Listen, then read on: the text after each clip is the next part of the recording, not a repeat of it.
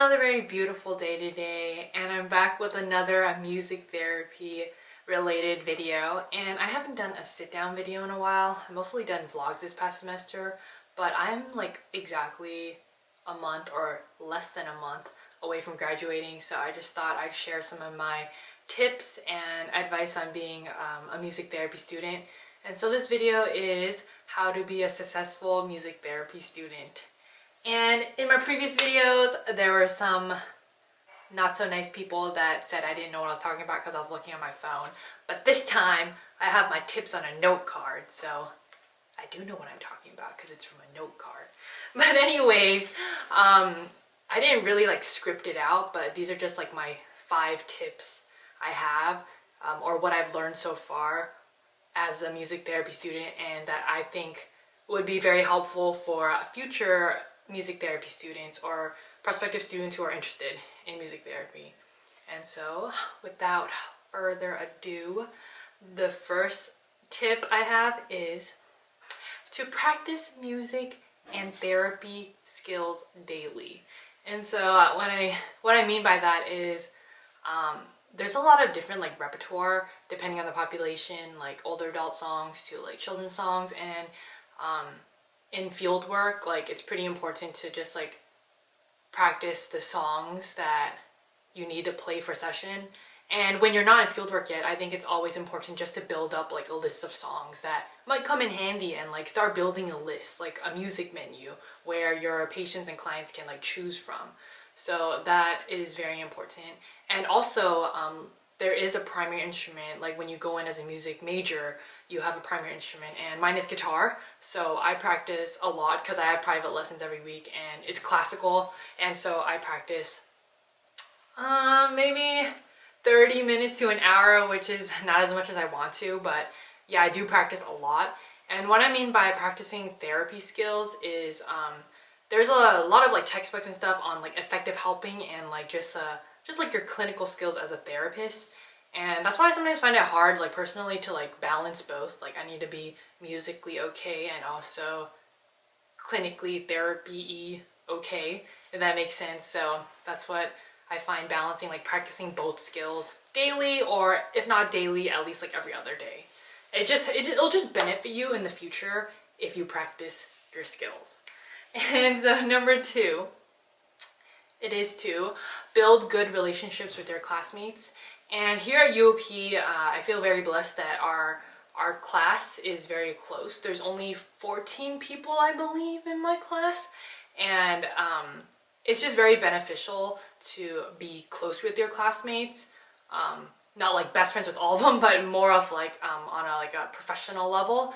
And I'm very lucky that my roommate was also my first fieldwork partner, so it was really cool, like getting to experience like, you know, what's that word called? Getting to do field work with my roommate. And I also got paired up. You get paired up depending on the fieldwork placement with your classmates. And so I've had really wonderful partners in the past, and it's just really fun working with my classmates. And in class, we also do a lot of like group projects, writing songs together, practicing role-playing together, and so many things with our classmates. So I think it's really important just to have a good relationship. And yeah, I mean, it'll benefit you again in the future. So all these things I'm saying is like very beneficial for music therapists even after you graduate. And my third tip is a very self-explanatory one. Of course, it is to go to class and do your homework. And I think the homework is actually very like minimal. Like it's not like study all the time. It's more of like you practice your skill, kind of like what I talked about in like my first point, practicing therapy and music skills on the daily. Just again, because it's so important, because when you start practicing as a music therapist, it's like so important just to have those skills. So it's never too early to practice and just maintain those skills.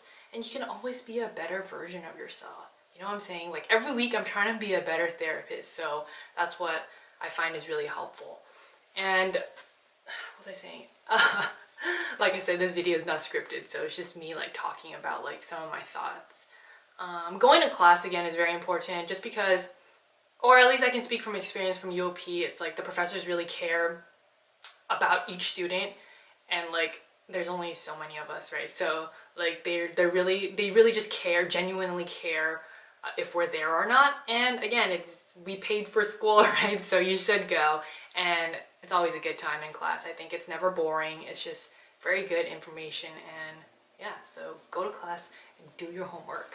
Even though it's like in college, it's like you have a choice to go or not, right? It's like your choice, but you should go. And number 4, it is to ask questions and respond to constructive criticism.